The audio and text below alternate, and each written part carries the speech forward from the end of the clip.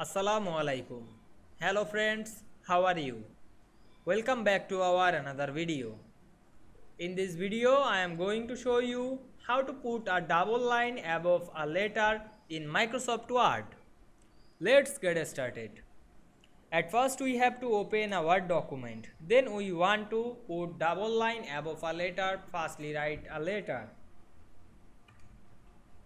Then go to the insert menu. Then click symbol option, then choose more symbol.